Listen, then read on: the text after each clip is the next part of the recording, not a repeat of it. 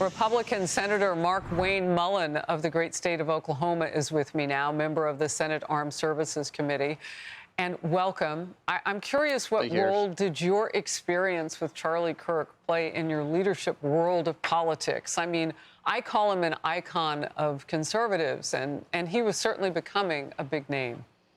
He was a true legend, I think. But if you ask Charlie what he'd want to be known of, he'd say, "I want to be known as a Christian that carried the faith, a husband that loved his wife and truly led his household, and a father that he adored his two wonderful kids." I mean, and that's how we'll remember him. And so, as far as being friends with Charlie, so many people up here that met Charlie considered him a friend, and that's what's so frustrating, so senseless about this, Harris, is that. Why were you intimidated with Charlie? What did he do? He wasn't a lawmaker. He didn't make laws. He actually gave those that opposed his views an opportunity, a platform, and he went to their backyard and gave them the mic. And he didn't belittle you. He wasn't condescending. He didn't speak with hate. He spoke with love, and he would debate you from the biblical perspective and quote scriptures better than a pastor. He could talk about the political history in this country and talk about the founding fathers or the Constitution, the Bill of Rights, and he would do it with facts and no emotions.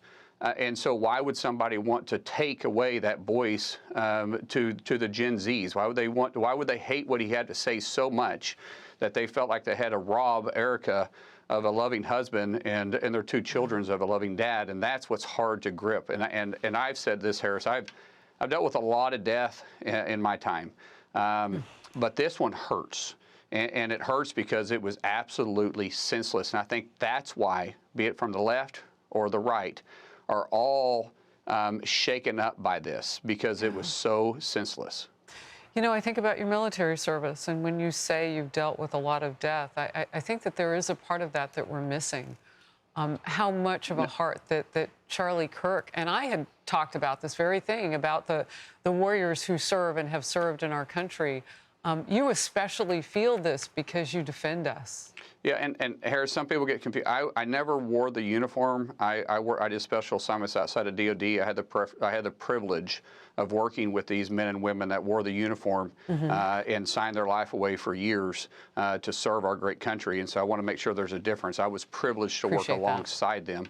And I think all of us that have had the time to deal with death understand how senseless this is, because those that signed up and those that defend the Constitution fought for the people to have the right to have open debate, which is what Charlie, and literally he embodied that. He was the one that restored the open debate and sometimes hostile areas, and he did it with love.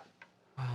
Well, look, I know that we have two oppositional pictures on the left side of the screen as you sit there, Senator. We have the man who was just picked up, this 22-year-old from Utah, that law enforcement worked mightily to go get.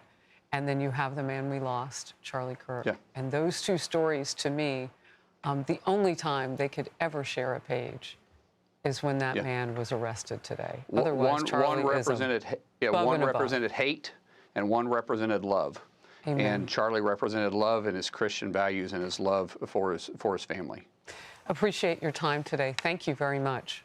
Hey, it's Will Cain. Click here to subscribe to the Fox News channel on YouTube. It's the best way to get our latest interviews and highlights. And click to subscribe to the Will Cain podcast for full episodes right now.